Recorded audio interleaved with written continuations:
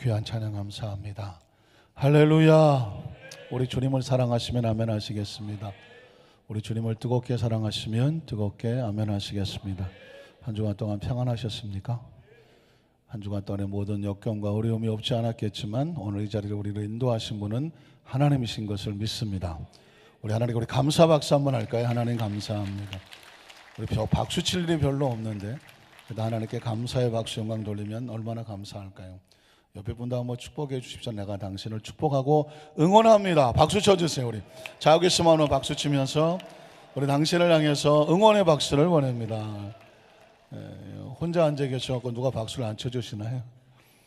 옆에 분들에게 늘 우리 모이면 앞으로 응원하고 박수로 격려했으면 좋겠습니다. 그러고 보니까 여러분 자신도 참 대단하지 않습니까? 한 주간의 그 모든 것들을 이겨내시고 하나님의 나라를 지킨 여러분 자신을 위해서 격려의 박수 한번 하십시오. 잘하셨습니다. 할렐루야. 대견하시죠? 한번 기도하겠습니다. 하나님, 영광과 존귀와 찬양을 받으시고 우리의 환호와 박수를 받으시기에 합당하신 하나님, 한 주간을 도와주시고 함께 하시고 지켜주시고 예비하셔서 이 하나님의 날 이 자리에 있게 하시니 감사합니다. 예배하게 하시니 감사합니다. 우린 좌우에 있는 우리 모든 형제와 자매들도 함께 격려하고 응원하면서 박수를 쳤습니다. 천국 가는 그날까지 우리 함께 손잡고 하나님 일을 잘 감당하는 믿음의 영적인 전사요 축복의 통로로 삼아주셔서 감사합니다. 앞으로의 삶을 살아가면서도 별의별 다 만나겠지만 믿음 잃어버리지 않냐고 끝까지 승리하는 십자가의 전사요 군사로요 군병으로서 마침내 승리의 주인공들이 되게 도와주시옵소서. 예배를 위해 헌신하고 수고하는 모든 손길 위에 축복하여 주시옵시고 오늘도 내 생애 최고의 하나님의 응답과 기적의 날이 될 줄로 믿습니다. 예수님 이름으로 간절히 축복하고 기도드리옵나이다. 아멘. 이왕 여러분은 스스로 박수를 쳤으니까요, 심리학이나 상담학에 보면 수시로 여러분 자신을 좀 많이 격려해 주란 말을 하죠. 한번 물어보세요. 괜찮니? 괜찮아. 어색하신가요? 한 번 더 물어보세요. 괜찮니? 괜찮아. 한번 두드려 주세요. 괜찮니? 괜찮아. 뭐라고 그래요? 괜찮다고 그래요? 네. 여러분 스스로 자기 자신을 돌볼 기회가 별로 없는데 항상 두드려 주세요. 괜찮니? 괜찮아. 왜? 크리스찬들은 하나님이 우리를 돕고 계셔. 에베네셀의 하나님, 괜찮니? 괜찮아. 하나님이 지금 함께하고 계셔. 임마누엘의 하나님, 괜찮니? 괜찮아. 왜? 하나님이 예비하고 계시네. 야훼의 하나님. 이 하나님을 가슴에 품으면 오늘도 또 괜찮은 날이 될 줄로 믿습니다. 한번 따라하실까요? 야훼 니시, 야훼 니시, 승리의 하나님, 승리의 하나님. 이런 제목으로 말씀 은혜를 나누기를 원합니다. 그리스 시대에 도시국가들이 있었는데 그 중에서도 스파르타라고 하는 교육이 좀 군대식으로 아주 심하게 할 때 스파르타식 교육이라고 표현하는데 이 스파르타하고 페르시아라고 하는 대국과 전쟁이 벌어지는 영화가 하나 있습니다. 아마 기억하실 분도 있으실 거고 보신 분도 계실 텐데 제가 포스터를 하나 보여드릴까요? 이런 건데 뭐라고 써 있나요? 300이라고 써 있습니다. 300. 붉은 글씨가 저기 이제 300이에요. 저 300이라는 영화인데 혹시 보신 분 계신가요? 네, 보셨습니까? 저도 저 영화를 굉장히 인상적으로 봤습니다. 그 300이라고 하는 것은 스파르타의 300명의 군사들입니다. 300명의 군사들이 과연 얼마나 많은 군사들과 전쟁을 했을까요? 한 5초짜리 광고고 동영상이 하나 있는데 한번 보십시오. 보시면서 그 중에서 한 번 들으면 이야, 가슴을 뜨겁게 치밀게 하는 어떤 광고 문구가 하나 나오는데 한번 발견해 보시겠습니까? 동영상을 한번 보겠습니다. A beast approaches. 매트릭스의 영상혁명, 글래디에이터의 스펙타클, Sparta will burn to the ground. 트로이의 스케이트. This is where we fight. 300명의 전사, 100만 대군에 맞서다. 역사상 가장 위대한 전사가 온다. 300. 왜 보여줄까요? 이거를 영화 보라고 보여드리는 것이 아니라 깜짝 놀라지 않습니까? 300명의 전사가 몇 명하고 맞붙어요? 100만 대군하고 맞붙는 것입니다. 스파르타의 300명의 전사가 페르시아의 100만입니다. 100만. 30만도 아니고 100만의 군대와 맞짱을 뜨는, 한치도 뒤로 물러서지 아니하고 역사상 최고의 전사들이 온다. 300명이 100만 대군과 맞서서 도망칠 생각을 하지 아니하고 뒤로 물러설 생각을 하지 아니하고 정면으로 맞짱을 뜬다고 하면 과연 도대체 이 사람들의 멘탈은 어떤 거예요? 과연 어떤 사고를 가지고 있기에, 어떤 무장이 되어 있기에 그들은 100만이라는 군대 앞에서 한치도 물러서지 않냐고 두 눈을 부릅뜨고 피를 흘려가며 싸움의 전사가 됐을까요 하는 것입니다. 물론 스토리를 보면 이 사람들은 그럴 만한 이유가 있었습니다. 100만의 군사가 다가오지만 지형을 잘 잡습니다. 협곡을 이용을 해서 아무리 100만 아니야 수백만이라도 아주 소량만 통과할 수 있는 길목에다가 진을 치고 기다리고 있는 것입니다. 그러니 100만이 온다고 할지라도 좁은 길을 통과하려면 기껏해야 수백 명 정도가 동시에 들어오니까 300만이 길목만 잡으면 시간은 좀 걸리겠지만 해볼만 하다는 것입니다. 전략적으로 그들이 그런 어떤 승부수를 띄우고 대신에 300명이 한치도 물러설 수 없고 우린 절대로 항복하지 않는다, 이런 사고를 가지고 덤벼드는 것입니다. 영화를 아마 보신 분들은 기억하시겠지만 정말 그들은 그들의 가족을 지키기 위해서, 나라를 지키기 위해서, 그들의 자녀와 자손들을 지키기 위해서 한치도 물러서지 아니하고 피를 쏟는 걸 두려워하지 않냐고 싸우는 장면이 저 300이라는 영화를 통해서 우리에게 도전을 주고 있더라고요. 우리는 이 시대 속에 살아가면서 때로는 비록 영화 속의 한 장면일 수도 있겠고 역사 속의 한 장면일 수도 있겠지만 우리의 신앙생활 속에도 이런 정확한 의식이 필요하다는 생각이 듭니다. 자금의 대한민국은요, 눈에 보이든 보이지 않든 치열한 100만은 아무것도 아니에요. 어마어마한 전쟁의 이 소용돌이 속에 있다는 사실을 여러분 기억하십니까? 우리 머리 위에 핵무기를 이고 있지 않습니까? 물론 남북 정상회담이 4월 달에 있을 거라고 하고 5월 달에는 혹시 북미 정상회담이 이루어지지 않느냐라고 하는 갑자기 다가온 훈풍의 소식들이 있지만, 그럼에도 불구하고 우리가 북한에 속은 것이 한두 번이 아니고 정치라고 하는 것은, 군사라고 하는 것은 한치 앞도 내다볼 수 없기 때문에 그럼에도 불구하고 마지막 순간까지 경계를 놓치지 말아야 되는 것은 우리의 심령이란 말입니다. 뿐만 아닙니다. 여러분, 동성애를 합법하기 위해서 전국적으로 밀어닥치고 있는 보이지 않는 숨은 세력들이 얼마나 무섭게 다가오는지 모릅니다. 동성애가 합법해야 하는 날 성경은 뒤집어지는 것입니다. 성경은 위법이 되는 것입니다. 가르칠 수가 없게 되는 것입니다. 하나님께서 남자와 여자를 지으시고 그 남자와 여자가 함께 모여서 가정을 이루라고 그랬지만 동성애가 합법화되어 버리면 제3의 성을 인정할 수밖에 없게 되고 창조의 질서가 무너지는 것은요, 이건 휴전선이 무너지는 것은 아무것도 아닙니다. 하늘이 무너지는 것입니다. 하나님의 질서가 무너지면, 하늘이 무너지면 그 엄청난 파장과 파급을 감당할 수가 있을까요? 이슬람은 소리 없이 우리에게 치고 들어오고 있습니다. 여러분 아십니까? 이슬람은 문화라는 모습으로, 음식이라는 모습으로 친근하게 다가오지만 이슬람의 목적은 다른 게 아닙니다. 이곳에 와서 대한민국을 이슬람화시키는 것입니다. 이슬람화시키고 기독교를 무너뜨리고 이슬람 종교가 국가가 되게 하는 것이 바로 그들의 목적입니다. 유럽에 있는 교회가 텅텅 비었다고 하죠. 그 어마어마한 교회들이 서커스 극장이 돼버리죠. 캬바레 나이트클럽이 돼버리죠. 박물관이 돼버리죠. 왜 그렇습니까? 그 거대한 영적인 그 교회들이 하루아침에 무너진 것은 이슬람이 파고 들어오는 것을 그냥 내버려뒀기 때문에 그렇습니다. 저는 어렸을 때 한남동, 보광동, 그리고 이태원, 교회가 이태원에 있어서 이태원 교회를 다니면서 집은 한남동에서 교회 가는 길에 보다가 어느 날 갑자기 이상하게 생긴 사원 하나를 발견됐습니다. 소위 말하는 이슬람 사원이었습니다. 1970년도입니다. 어마어마한 오래전 이야기죠. 그때 이슬람 사원이 있었어요. 저게 왜 저기 있는가 아무도 경계하지 않았습니다. 최근에 어느 TV에서 이태원 거리를 갖다가 보여주는데 보니까 제가 늘 보고 자랐던 그 이슬람 사원 그 지역이 완전히 이슬람 지역 타원이 되어버렸다고. 우리가 알지 못하는 사이 그 지역을 이 사람들에게 아주 선교의 터전으로 내주고 마는 것이었습니다. 수십 년이 지난 사이에도 우리는 잘 모르고 지나갔는데 이슬람은 교묘하게 지금 대학가를 파고들죠.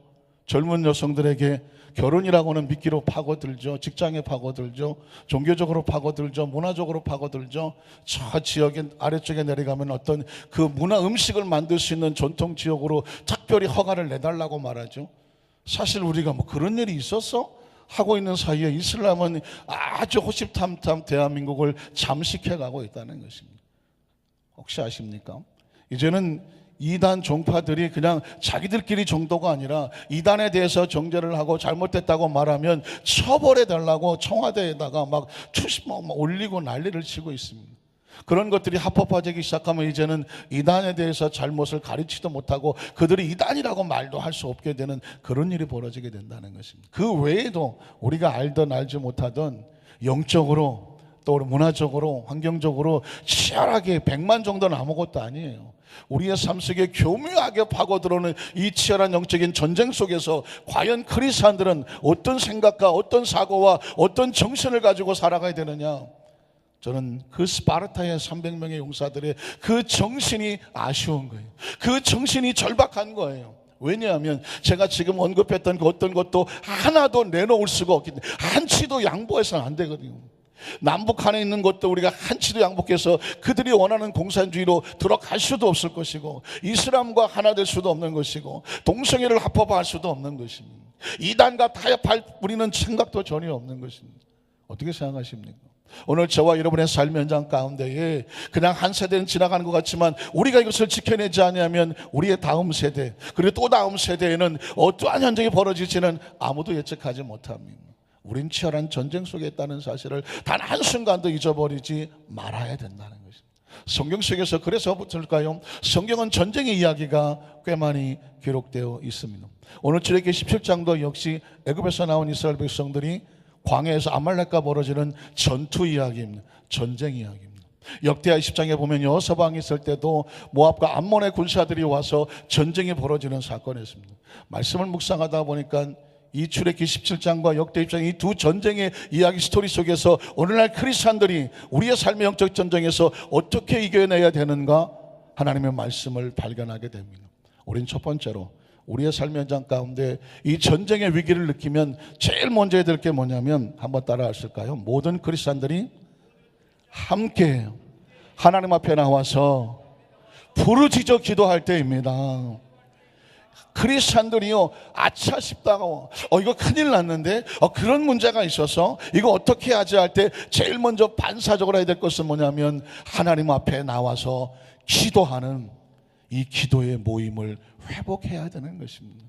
출애굽기 17장에 보니까 8절에 이스라엘 백성들은 전쟁의 위기를 만났습니다. 그때 아말렉이 와서 이스라엘과 르비딤에서 싸운다고 말했습니다. 전쟁이죠. 그 다음 절에 보니까 모세가 여호수아에게 이르되 우리를 위해서 사람들을 택하여 나가서 해야 될 일이 있습니다. 아말렉과 싸우라고 말씀합니다. 한번 따라 하실까요? 아말렉과 싸우라 그래요. 하나님의 나라에 이 공동체에 이 나라와 민족에 하나님께서 맡겨진 하나님의 나라에 영적으로 방해하고 가로막고 그것을 대결하는 세력과는 싸워야 돼요. 모세는 어떻게 하느냐? 내일 내가 하나님의 지팡이를 손에 잡고 산 꼭대기 위에 서리라. 이 이야기는 뭘까요? 하나님 앞에 나아가서 하나님 앞에 부르짖어 기도하겠다고 그런 선언하고 있는 것을 보게 됩니다. 10절에 보니까 그래서 여호수아가 모세의 말대로 행하여 아말렉과 싸우고 모세와 아론과 그런 산 꼭대기에 올라가서 어떻게 할까요? 하나님 앞에 눈물로 기도하는 모습이 나오게 되죠.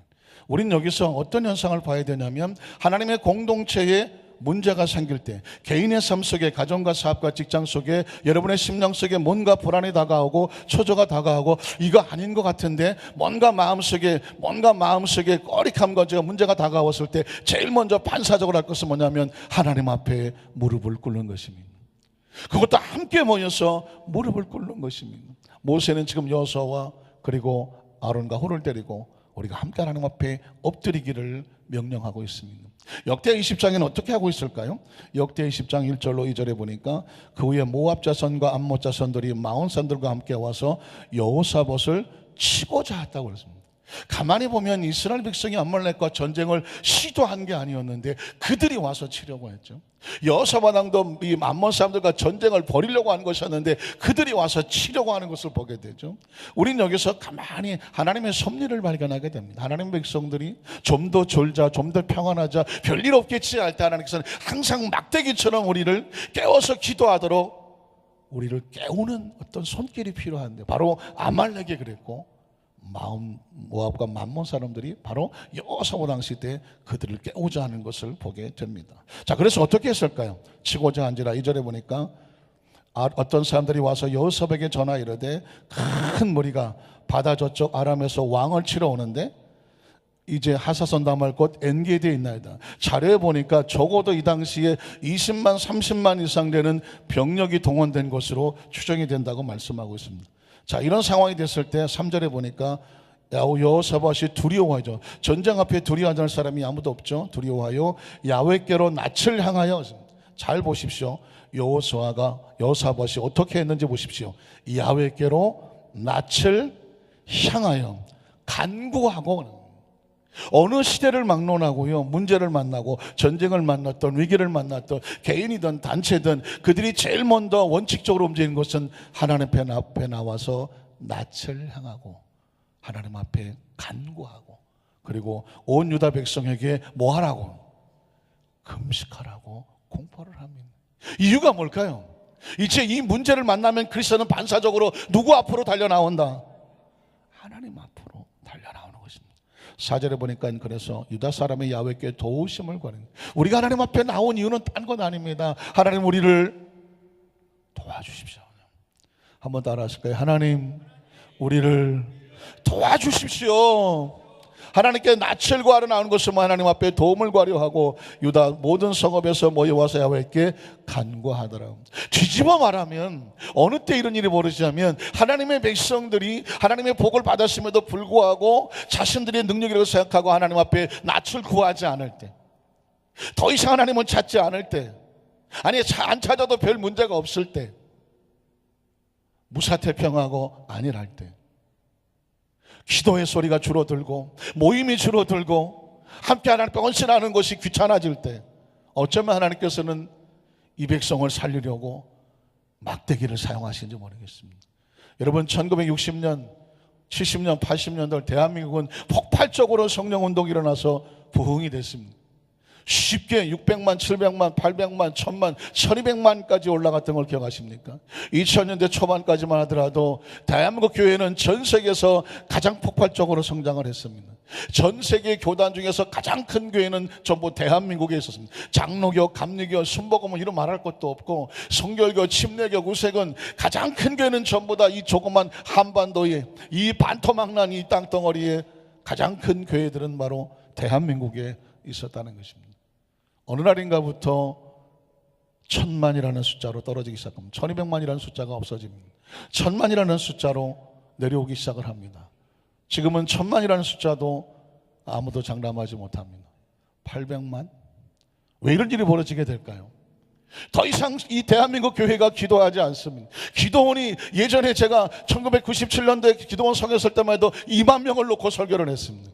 2만 명이 눈에 여러분 상상이 되십니까? 기도원 대성전은 꽉꽉 들어찼고, 그리고 이 계단에 앉았고 앞자리에 앉았습니다. 부석 성전은 다 가득가득 채워졌습니다. 아침 이른 시간도 불구하고 통계 숫자가 2만 명이었습니다. 여러분, 요즘 기도원 가보셨나요? 200명도 힘듭니다. 어느 순간인가 대한민국 기도원들이 점점 텅텅 비기를 시작을 합니다. 문을 닫기를 시작을 합니다. 새벽에 밤새도록 부르짖어 기도하던 것들이 불이 꺼지기 시작을 합니다. 2시간 기도하기도 힘이 듭니다. 주일날 점점 많은 성도들이 그 주일을 자신을 위해서 쓰기를 시작을 합니다. 헌신하지 않습니다. 봉사하지 않습니다. 누가 봉사하겠지 뭐. 더 이상 열심히 내서 자신을 희생하려고 하지를 않습니다. 왜 이런 일이 벌어지게 됐습니까? 먹고 살만하기 때문입니다. 무사 안일하기 때문입니다. 화려한 신앙의 경력과 옛날에 내가 그렇게 나도 했어라는 것이 있지만, 그럼에도 불구하고 지금 이 시간에 내 속을 움직일 수 있는 이 뜨거운 성령의 불길이 사그러져 갔기 때문은 아닌가요? 지금 이런 상황 속에서 과연 지금 우리는 편안하다고 말할 수 있을까요? 어쩌면 가장 위기의 순간을 만나고 있다는 영적인 경각심이 듣지를 않습니까? 소록도에 가면 문둥이촌이 있습니다. 그 문둥이촌에 가면 뭐 어느 나라 문둥이도 마찬가지겠지만 제일 먼저 문둥이들이 일어나자마자 뭘 할까요? 자기 온몸을 여기저기 꼬집어 본다는 것입니다. 자기 온몸을 여기저기 꼬집어 보는 이유가 뭘까요? 꼬집으면 아플까요? 안 아플까요?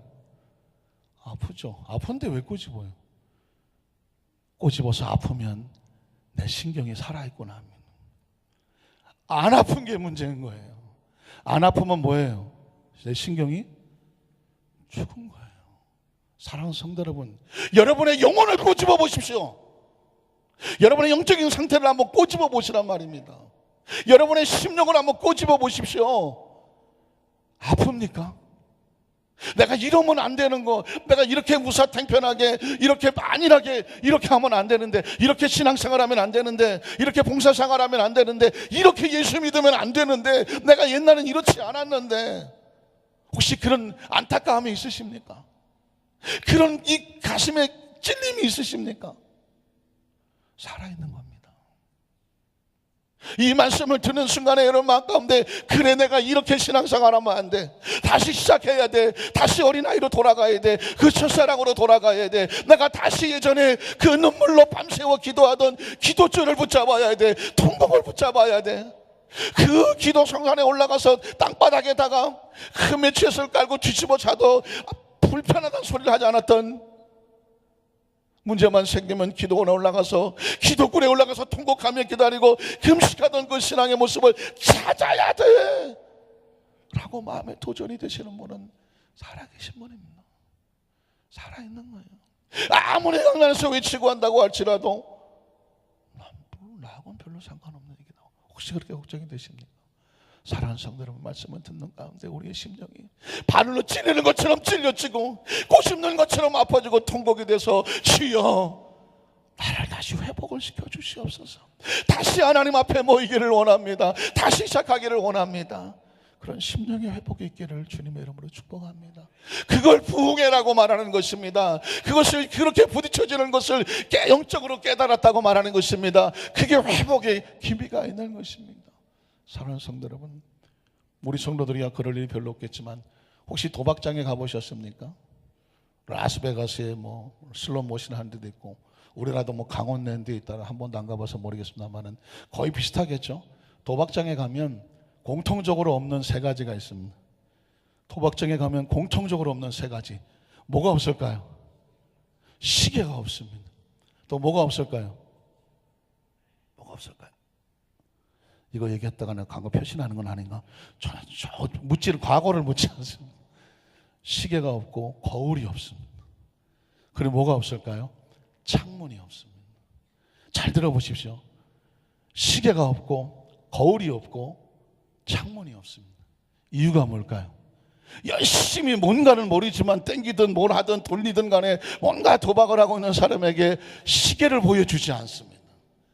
시계를 보여주면 벌써 몇 시가 됐네요? 정신이 돌아가거든요. 내가 지금 뭘 해야 되는데 여기서 뭐 하고 있지? 정신을 차리게 되거든요. 시계가 없으면 지금 자기는 일부러 보고 싶지 않을 수도 있겠지만, 시계가 없으면 자기가 뭘 하고 있는지 빠져들면서도 자기 자신을 돌아볼 기회를 주지 않습니다. 거울이 없습니다. 열심히 뭔가에 빠져서 뭘 하고 있는데 덜커덕 그 순간에 거울을 바라보면 자기 얼굴을 바라보게 만들거든요. 거울을 바라보는 순간 이게 내 얼굴이 아닌데 내가 지금 뭐 하고 있는 거지? 역시 자기 자신을 자각하고 자성하게 되거든요. 거울을 보여주지 않습니다. 넌 지금 뭐 하고 있는지 몰라, 그냥 그거만 열심히 해, 그냥 빠져들게만. 창문이 없습니다. 문득 바깥에 창문을 바라보면서 이 세계와 저 세계가 다른 것을 발견하면서 아차 싶은, 역시 마찬가지 자기 자신을 돌아보게 만드는 거예요. 마귀는요 우리에게 세 가지를 뺏어갑니다. 시계를 뺏어갑니다. 거울을 뺏어갑니다. 창문을 뺏어갑니다. 나름대로 좀 더 졸자, 좀 더 쉬자, 별일 없는데 여러분, 지금은 자다가 깰 때입니다. 시계를 쳐다보십시오. 거울을 쳐다보십시오. 잘 가고 계십니까? 여러분이 크리스찬으로서 정말 여러분의 얼굴의 모습이 그리스도의 형상에 닮은 모습으로서 잘 단장하고 가고 계십니까? 창문을 쳐다보십시오. 이 세타의 환경이 어떻게 변화되고 있습니까? 주께서 말씀하시기를 마지막 때가 되면은 모이기를 피하는 그 떳떳한 소리 하지 말고 더 모이기를 애쓰라고 말씀하고, 제 간절한 소원은 우리 교회가 기도원이 되는 것입니다. 새벽에 예배 나오는 사람들은, 새벽을 깨고 싶은 사람은 새벽에 엎드려 기도하고, 낮에 중보기도 나온 사람은 중보 10시쯤에 반에도 나와서 부르짖어 간절히 기도하고, 저녁에 퇴근하고 나와서 내가 기도해야 되겠어, 어디 가서 기도할 데 없을까, 마음이 정말 못 뭉친 성도들은 성전에 나와서 기도할 수 있도록, 적어도 하루에 새벽에 오전에 할 수 있으면 오후에도 좋지만 아직까지는 못하고, 저녁에라도 퇴근하고 나와서 기도하고 싶으면 그냥 집으로 가지 말고, 세상으로 휩쓸려서 세상적인 어떤 것을 위로하려 받으려고 하지 말고 성전에 달려와서 기도할 수 있는, 이 지역을 살려낼 수 있는 그런 기도원이 되기를 저는 마음에 소원하고 있습니다. 그래서 지난주 목요일 날은 우리 청년부를 중심으로 해서 처음 청년 찬양 집회가 출발이 됐습니다. 청년들을 위한 찬양 집회이지만 어떻게 청년들의 영혼만 살릴 수 있겠습니까? 청년을 초월해서 하나님을 찬양하기 원하는 모든 영혼들, 찬양하지 않고는 견딜 수 없는 그런 뜨거운 심령을 가진 성도들은 그 목요 저녁에 와서 마음껏 찬양하고 하나님 앞에 엎드려 기도하면 영혼이 사는 역사가 나타납니다. 저도 맨 뒤에 서서 1시간을 같이 찬양하고, 같이 세 번에 나눠 제목기도를 나누고 찬양합니다. 그 시간만큼 얼마나 감사하게 한지 모르. 왜냐하면 하나님 앞에 나와서 찬양하고 기도할 때 하나님께서 하늘을 열어주시고 우리 속에 살 수 있는 하나님의 은혜를 부어 주시기 때문인 것입니다. 사랑하는 성도 여러분, 그렇습니다. 지금 우리는 자다가 깰 때고요, 다시 모여야 할 때고요, 시계를 쳐다봐야 될 때고요, 거울을 쳐다봐야 됩니다. 창밖을 바라보면서 세태가 어떻게 변한 것을 바라보면서 다시 하나님께로 돌아올 때입니다. 전쟁이 나야만 돌아온 데는 그때 너무 늦지 않았습니까? 전쟁이 나기 전에, 문제가 터지기 전에 하나님 백성들은, 아니 전쟁이 났다고 할지라도 하나님께 나와서 엎드기를 주님께서는 원하시더라는 것입니다. 두 번째로 우리가 함께 모여서 기도할 때 해야 될 것은 뭐냐면, 기도의 응답이 임할 때까지 기도줄을 놓지 말아야 된다는 것입니다. 이 두 가지 전쟁에 가만히 보면 공통점이 하나 있는데, 출애굽기 11장 11절에 보면 우리가 잘 아는 내용이지만, 모세가 손을 들면 이스라엘이 이기고 손을 내리면 아말렉이 이기더니. 누구의 능력입니까? 하나님의 능력이죠. 기도의 주 손을 들면 하나님의 역사가 나타나고, 그 기도줄이 내려오면 안타깝지만 세상의 세력이 기승을 하고, 그러니 지금 모세가 어떻게 하겠어요? 이 손을 내릴 수가 있나요, 없나요? 내릴 수가 없어요. 그래서 12절에 보니까 모세의 팔이 피곤함에 그들이 돌을 가졌다가, 그들이 누굴까요? 아론과 훌이죠. 이때를 위해서 함께 모세의 양옆에 있었던 아론과 훌, 그들이 가만히 생각해 보니까 함께 사는 길이 뭘까? 기도줄이 올라가야 되는 거죠. 그들이 돌을 가져다가 모세 아래에 놓아 그가 그 위에 앉게 하고, 그리고 다음에 아론과 우리 한 사람은 이쪽에서 한 사람은 저쪽에서 모세의 손을 붙들어 올렸더라. 모세의 손만 올라갔나요? 아론과 우리의 손이 같이 올라갔나요? 같이 올라가죠. 같이 올라가는 것입니다. 이것이 연합하는 기도입니다. 함께하는 합심 기도입니다. 이것이 함께 중보하는 중보 기도입니다. 13절에 보니까 그래서 어떻게 됐나요? 13절, 여호수아가 칼날로 아말렉과 그 백성을 쳐서 무찌르게 되었다는 겁니다. 이 출애굽기에 나오는 이 성경에서 가장 핵심적인 것은 뭐냐면, 그들이 연합하여 하나님 앞에 기도줄을 놓지 않았다는 것입니다. 역대하는 뭐라고 말할까? 역대 20장 5절 6절에 보니까 여호사밧이 야훼 전 셋들 앞에서 유다와 예루살렘의 중 가운데 서서 이르되 우리 조상들의 하나님 야훼여, 주는 하늘에서 하나님이 아니시니까. 여러분, 여호사밧의 기도를 가만히 혹시 외울 수 있으면 외우시고요, 가만히 마음에 이해하시면 너무 좋을 것 같아요. 우리 하나님 법들 기도할 때에 하나님 앞에 조목조목 하나님이 누구인지를 고백하거든요. 이방 사람들의 모든 나라를 누가 다스립니까? 하나님이 다스리지 아니하십니까? 주의 손에 권세와 능력이 있사오니 능히 주와 맞설 사람이 없습니다. 그래서 어떻게 한다고요? 7절 9절에 보니까 우리 하나님이시여, 전에 이 땅 주민을 주의 백성 이스라엘 앞에서 쫓아내시고 그 땅을 주께 사랑하신 아브라함과 자손에게 영원히 주지 아니하셨습니까? 그들이 이 땅에 살면서 주의 이름을 위하여 한 성소를 주를 위해서 건축하고 이르기를, 솔로몬 성전이죠. 만일 재앙이나 난리나 견책이나 전염병이나 기근이 우리에게 임하면 주님의 이름이 어디에 있으니? 이 성전에 있으니 우리가 이 성전 앞과 주의 앞에 서서 이 환난 가운데서 주께 부르는 즉 들으시고 구원하시리라 하지 않으셨습니까? 그래서 10절로 12절에 보니까 옛적 이스라엘이 애굽 땅에서 나올 때 암몬 자손과 모압 자손과 세이산 사람들을 침노하기를 주께서 용납하지 아니하심으로 이에 돌이켜 그들을 떠나고 그들을 살려서 멸하지 아니하였거늘 이제 그들이 오히려 우리에게 갚는 것을 보시옵소서. 그들이 와서 주께서 우리에게 주신 주의 기업에서 우리를 쫓아내고자 합니다. 그래서 그 다음 때 우리 하나님이여 그들을 징벌하지 아니하십니까? 우리를 치러니 큰 무리를 인하여서 우리가 대적할 능력이 없고 어떻게 할 줄도 알지 못하옵고 오직 주만 바라봅니다. 이 말씀이 바로 여기서 나왔단 말이죠. 이 전쟁에 우리가 할 수 있는 것은 없습니다. 오직 주만 바라보나이다. 13절에 보니까 그래서 유다 모든 사람들이 그들의 아내와 자녀와 어린이와 더불어, 제가 오늘 요중에 요절로 하고 싶은 게 이거예요.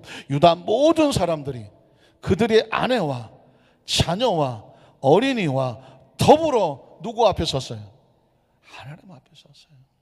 지금 이 시대 속에서 대한민국이, 이 시대 속에서 우리 이 교회에 필요한 건 뭐냐면 온 가정의 가장과 기도하는 아내와 부모와 자녀와 자식과 어린아이까지 지금 우리가 하나님 앞에 서야 됩니다. 하나님 앞에 설 때입니다. 하나님 설 때입니다. 여호사밧 왕은 우리에게 우리가 어떻게 할 줄도 모르겠고 방법도 모르겠으니 오직 주님만 바라봅니다. 온 가족과 자녀들이 하나님만 바라봅니다. 이게 지금 모여서 하나님께 구하는 기도의 모습이라는 것이죠. 그랬더니 14절로 17절에 하나님의 음성이 들려오죠. 야훼의 영이 회중 가운데서 레위 사람 야하실에게 임하셨으니 그는 아삽 자손 마따냐의 현손이요 여이엘의 증손이요 분야냐의 손자요 스가랴의 아들이더라. 야하실이 이르되 온 유다와 예루살렘 주민과 여호사밧 왕이여 들을지어다. 야훼께서 이같이 너희에게 말씀하시기를 너희는 큰 무리로 말미암아 두려워하거나 놀라지 마라. 이 전쟁은 너희에게 속한 것이 아니요 누구에게 속한 것이니라? 하나님께 속한 것이니라. 내일 너희는 그들에게로 내려가라. 그들이 시스고개로 올라올 때에 너희가 골짜기 여기 예루엘 들 앞에서 그들을 만나려니와 이 전쟁에는 너희가 싸울 것이 없나니 대열을 이루고 서서 너희와 함께한 야훼가 구원하는 것을 보라. 유다와 예루살렘아 너희는 두려워하지 말며 뭐하지 말고 놀라지 말고 매일 그들을 맞서 나가라. 야훼가 너희와 함께하리라 하셨느니라. 눈치채셨습니까? 왜 갑자기 모압과 암몬이 뜬금없이 이스라엘을 쳐들어왔을까요? 그것도 여호사밧 왕은 신실한 왕이거든요. 악한 왕이 다스려서 문제가 생겼다면 하나님이 심판하시려고 했다고 하겠지만 여호사밧 왕은 신실한 왕이거든요.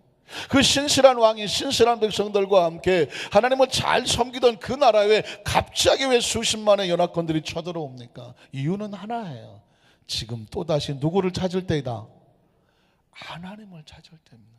조금이라도 방심할까봐, 조금이라도 무사한 일 할까봐, 조금이라도 우리가 좀 더 졸자, 좀 더 게으르자 할까봐. 하나님은 자기 백성을 사랑하는 자기 백성에게 때로는 채찍처럼 막대기처럼 우리를 깨워 기도하게 하신 줄로 믿습니다.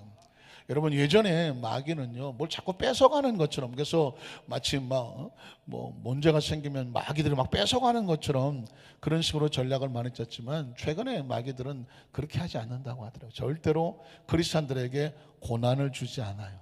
왜? 고난을 주면 그 고난이 시계가 되거든. 고난을 주면 거울이 되거든. 고난을 주면 창밖이 된단 말입니다. 크리스찬은요 문제를 만나면, 아니 인간이라는 것이 문제를 만나면 덜커덕 자기 자신을 돌아보게 되어 있거든요. 그러니까 마귀가 인생에 고난을 주겠어요 안 주겠어요?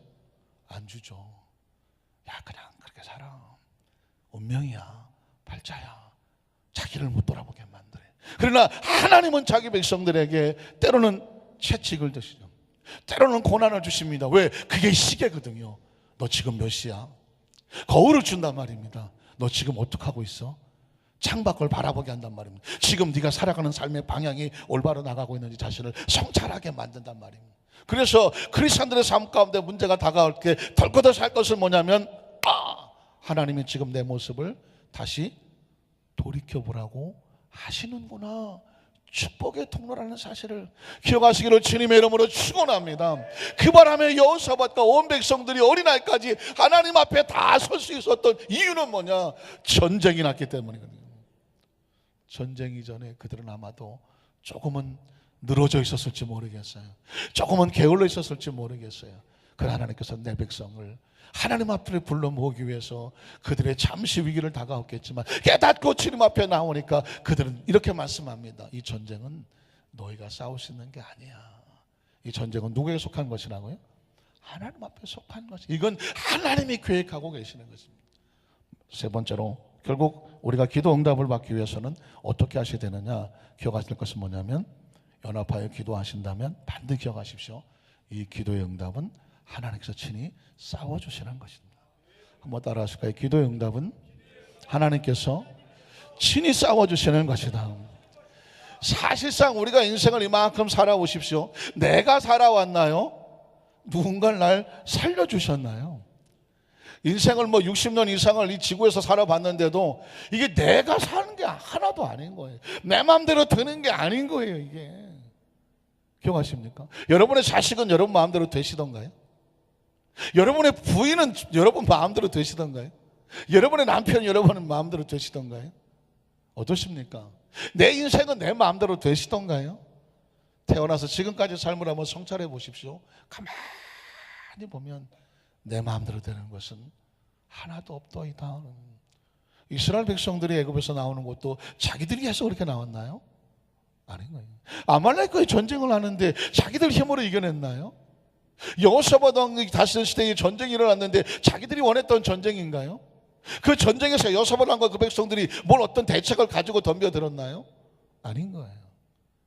똑같은 상황 속에서 하나님 말씀하신 것은 뭐냐면 하나님이 하시겠다는 것입니다. 여러분 출애굽기 17장 한번 14절을 볼까요?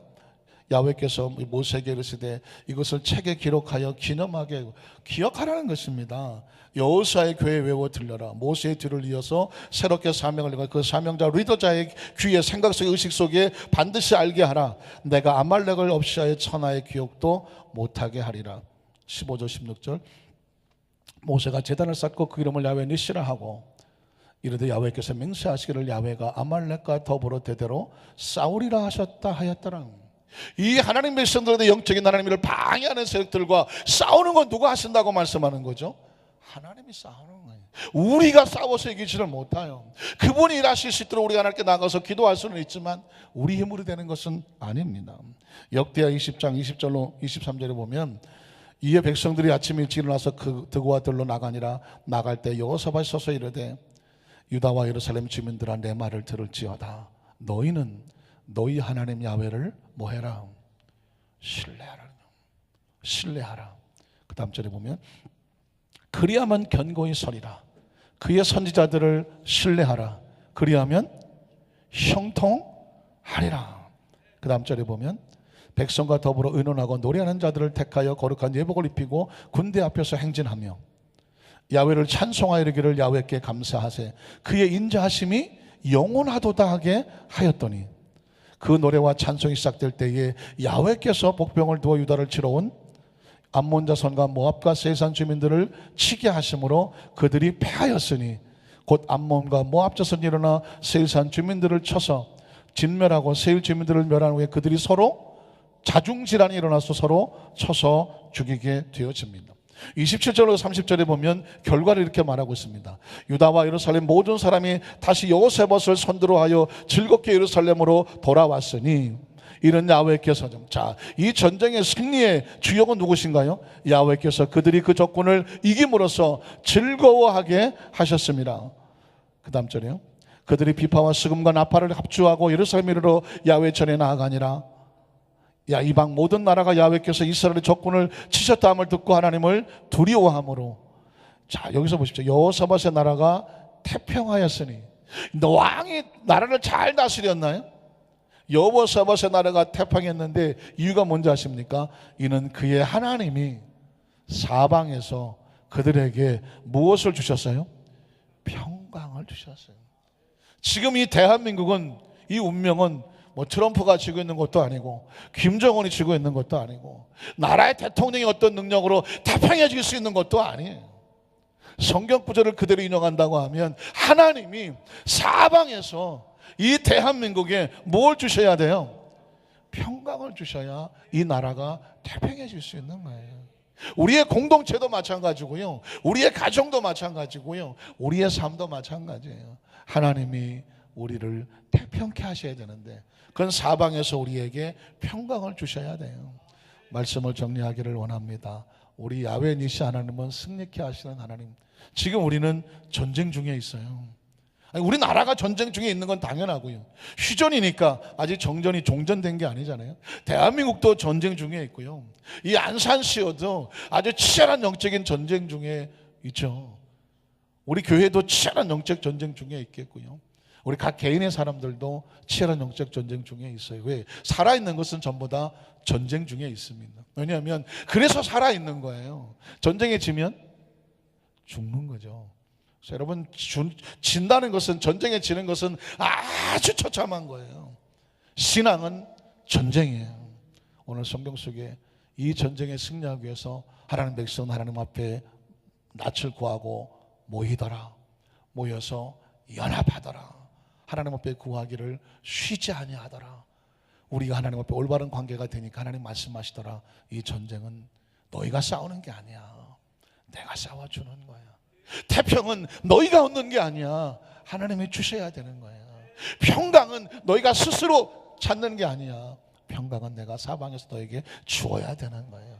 이 말씀의 은혜와 승리가 우리 모든 성도들, 우리 공동체, 이 안산시 대한민국에 충만하시기를 주님의 이름으로 축원합니다. 기도하겠습니다. 하나님 아버지, 감사합니다.